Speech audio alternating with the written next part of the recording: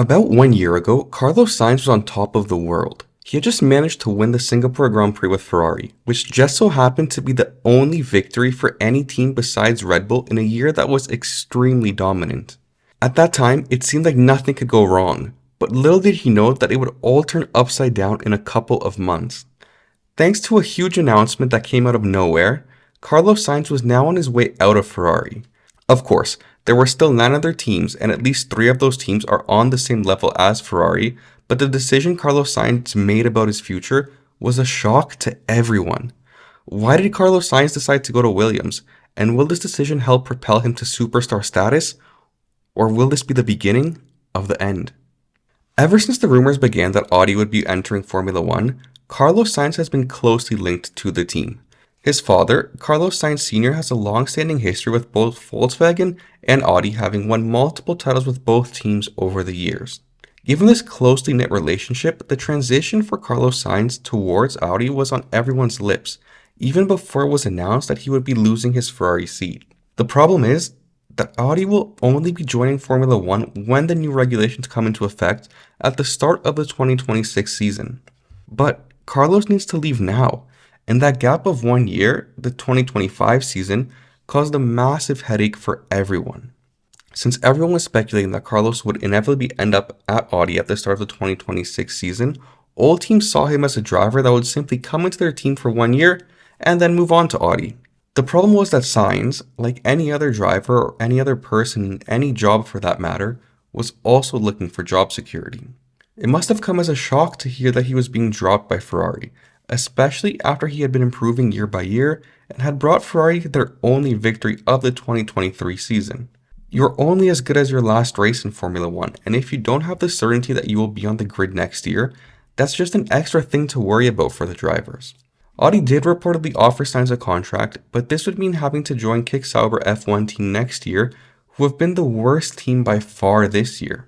At the halfway point of the season, they have managed to collect a grand total of 0 points and are far behind the other teams in terms of competitiveness. To go from driving for Ferrari to the very back of the grid is not something that any driver wants. I think Carlos could have even overlooked this issue if he had a guarantee that once the team does transition to Audi in 2026, they will be competitive. But that also isn't a guarantee. It will probably take a couple of seasons for the team to get the lay of the land and get the hang of things. And for someone like Carlos Sainz, who is at the peak of his career, I don't think waiting around and helping a team at the back of the field figure out how to play is something that is on his wish list. Now, this isn't me saying he won't end up going to Audi at some point. It definitely is a possibility in the future. But for now, his ties to Audi were more of a problem in securing a contract with other teams than anything else. In Formula 1, there are arguably 4 powerhouses right now. These would be Red Bull, Ferrari, McLaren, and Mercedes, with a special mention to Aston Martin, who isn't quite there, but is going in the right direction. Naturally, all drivers aim towards driving for one of these teams, to have the best chance at wins and hopefully at driver championships. Therefore, it would have made sense for us all to assume that Carlos Sainz would choose one of these teams, seeing as he's also a driver that comes with great sponsors and is very quick, arguably helping to improve most of the team's lineups. Obviously, as he's leaving Ferrari, they were no longer in the mix, and McLaren has both of their drivers signed on for long-term deals, and given that they are arguably the best up-and-coming young driver lineup, I don't think the idea ever crossed anyone's mind that Carlos would be going back to McLaren, where he drove for 2 seasons before switching over to Ferrari. That left both Red Bull and Mercedes as potential landing spots. Mercedes obviously have a free seat next year, since Lewis Hamilton is the one that will be replacing Carlos at Ferrari, and although Red Bull do have both Max Verstappen and Sergio Perez on contract for 2025, Sergio Perez has been extremely underwhelming over the past 2 seasons, and there are always rumors about him losing his seat or getting replaced.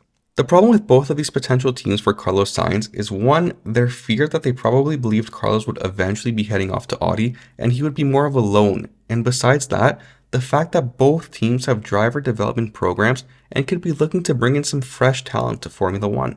Max Verstappen was the one that got away for Toto Wolff and Mercedes. He was set to drive for Mercedes, but they rightfully told him at the time that they have no spot for him, as their driver lineup then consisted of Lewis Hamilton and Nico Rosberg.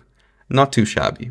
However, I'm sure they do not want to repeat their mistakes, and Toto Wolff has been adamant about signing some young talent and developing him into the next Max Verstappen. although somewhere deep in his heart I am sure Toto was also hoping that Max decides to switch camps over to Mercedes next year. The name on everyone's lips is Kimi Antonelli, a 17-year-old Italian driver currently racing for Prema Racing in Formula 2 alongside Ollie Behrman, who is also said to be joining Haas next year. Kimi has been part of the Mercedes junior team since 2019 and has since won multiple different championships in multiple categories. Even if he may not be polished enough for Formula 1 yet, I am sure Toto Wolff does not want to lose another potential star and would rather gamble on Antonelli than have Carlos join the team and potentially start a battle between two drivers who want to prove they are the best within the team, Carlos and George Russell. On the other hand, Carlos Sainz has quite a history with both Red Bull Racing and Max Verstappen. Carlos was part of the Red Bull Junior team and actually made his Formula 1 debut with the Toro Rosso team back in 2015, where he was joined by none other than Max Verstappen. The two had some issues over their seasons as teammates, both wanting to make a name for themselves and prove that they belong in Formula 1. Max was eventually promoted to the main Red Bull seat and Carlos left for Renault. But the history remains, and Red Bull may be hesitant to bring Carlos on as Max's teammate knowing that they have this history. Besides that, Red Bull also have their junior team where Daniel Ricciardo and Yuki Tsunoda are both looking at the opportunity to get into the main Red Bull seat. They have their reserve driver, Liam Lawson, who's also looking for a seat, and they have their development team in F2 with drivers looking for a chance to get into F1 as well. To sum it up, they have no shortage of drivers to choose from, and the potential issues that signing Carlos would bring just isn't worth it. Although I'm sure Carlos would have liked to sign with any of these teams, the pieces weren't in place for this to work out, so Carlos had to look somewhere else. If you ask any fan who's been watching Formula 1 for a long time, they can definitely tell you that Williams Racing used to mean something in F1. Now, they are more of an afterthought. After many years of scraping by, questioning whether they will even be able to survive, and many setbacks, they started to see some improvement when James Vowell took over as team principal. In 2023, they had one of their best seasons in a very long time, managing to finish 7th in the Constructors' Championship. They have an incredibly fast car on straights and are still trying to figure out how to focus on some of the other aspects. The main issue, however, was that although the car clearly was good enough to be fighting for points, only one of their drivers was actually scoring any. Alex Albon scored 27 of the team's 28 total points, while his teammate Logan Sargent managed to score just 1. Although Sargent was a rookie at the time, he was making many mistakes, and if you compare him to the other rookie on the grid in 2023, Oscar Piastri, it was night and day. Williams knew that they needed to make some lineup changes if they wanted any chance at being competitive. In 2024, they've not been quite where they hoped they would be. They have 4 points at the halfway point of the season, all scored by Alex Albon. If you are a team towards the bottom of the grid, whenever an elite driver becomes available, you have to make an offer. In Williams' case, the fact that they are bringing in Carlos Sainz alongside Alex Albon is a massive driver lineup improvement. For Carlos, I'm not sure why he chose Williams out of all the teams. I would have thought he wouldn't want to be at the back of the field helping a team develop because otherwise he could have easily just gone to Audi. Maybe he saw something in Williams, a glimmer of hope for the future, the allure of history. Maybe he has faith in James Vowell and what he can achieve for the team. But whatever it may be, Carlos Sainz will have the opportunity to prove that it isn't just the car that makes a driver great. And next year he has to show up and perform, or else he could risk never landing a spot in a top F1 team again. Thank you guys for watching this video, and if you have gotten this far into the video, please make sure to drop a like and subscribe to the channel for more F1 content like this. Let me know in the comments below whether you think Carlos Sainz made the right choice by signing with Williams. Thanks again, and see you guys next time.